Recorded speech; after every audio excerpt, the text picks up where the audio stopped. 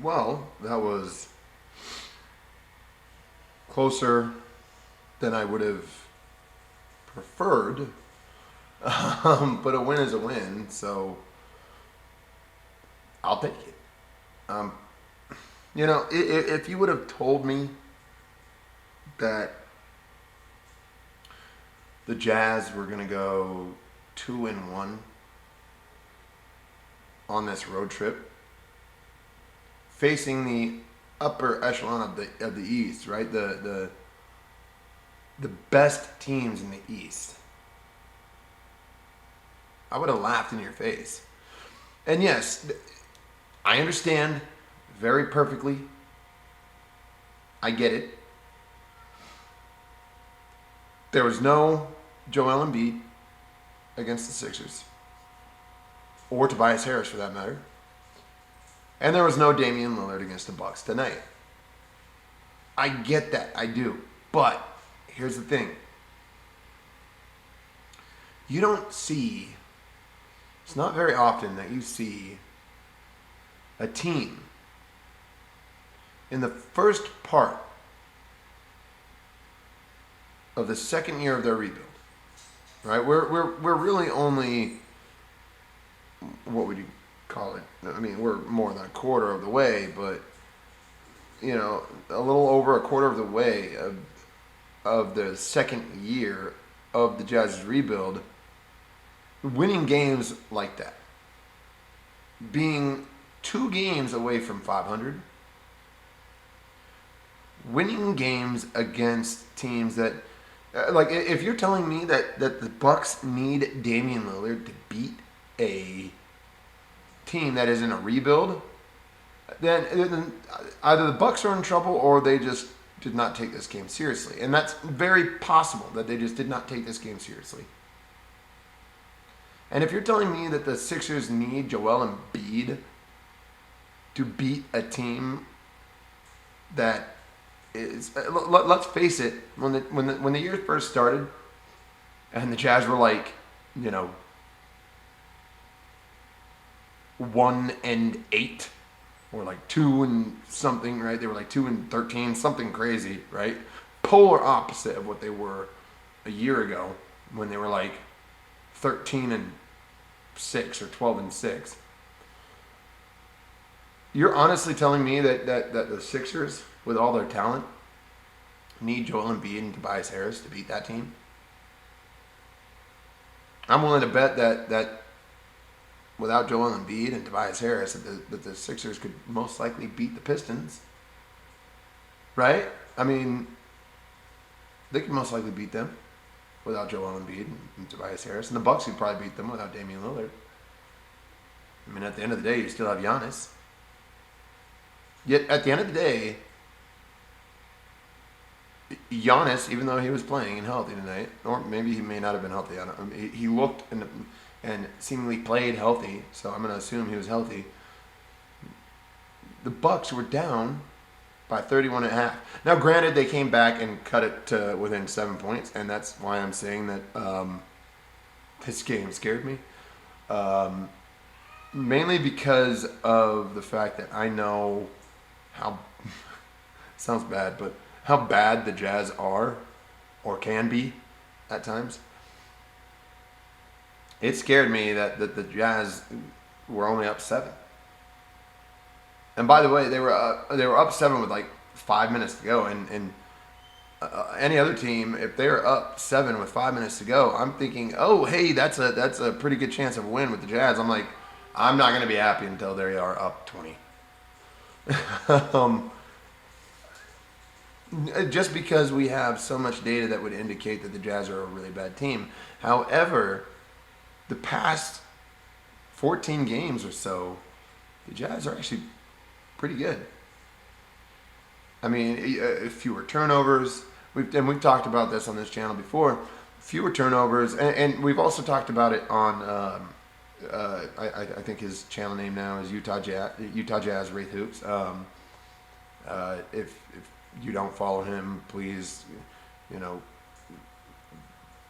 search Utah Jazz Wraith Hoops, like, subscribe and comment on his videos. He does great analysis of the Utah Jazz. One of the few Utah outsiders that covers this team, and not just this team too. Like he knows the NBA. He is a true NBA fan, and I love watching his content. So if you want great not only Jazz content but NBA content, he's focusing mainly on the Jazz, but pretty much just any NBA content, but mainly Utah Jazz.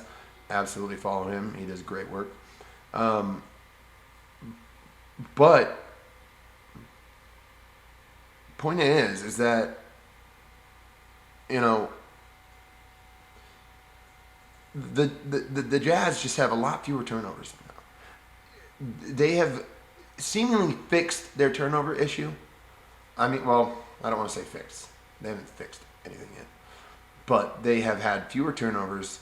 I think they went from 30th in turnovers in the NBA, meaning they had the most amount of turnovers in the NBA, to I think 10th or top 10 in turnovers. And they are averaging like 30 assists or more a game. They are absolutely fixing the issues that plagued them in the past. So I don't want to discredit them by saying, hey, I'm not happy unless you're up 20 on the Bucks, but let's face it, this team could very easily lose a game up 20 in the fourth quarter. At least they were capable of doing so early on in the year.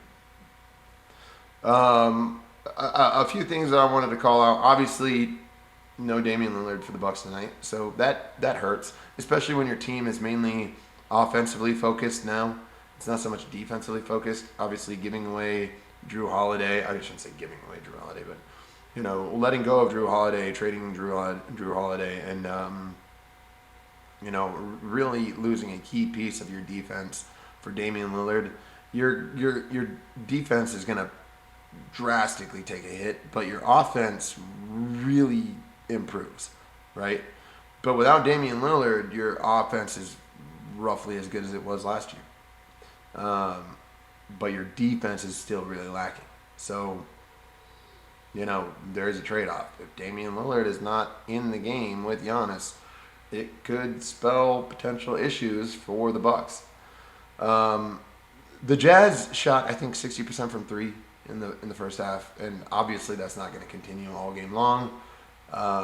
Probably a reason why the Bucks came back, and I think the Jazz were like, at the end of the first half, like 16 of 28 from three.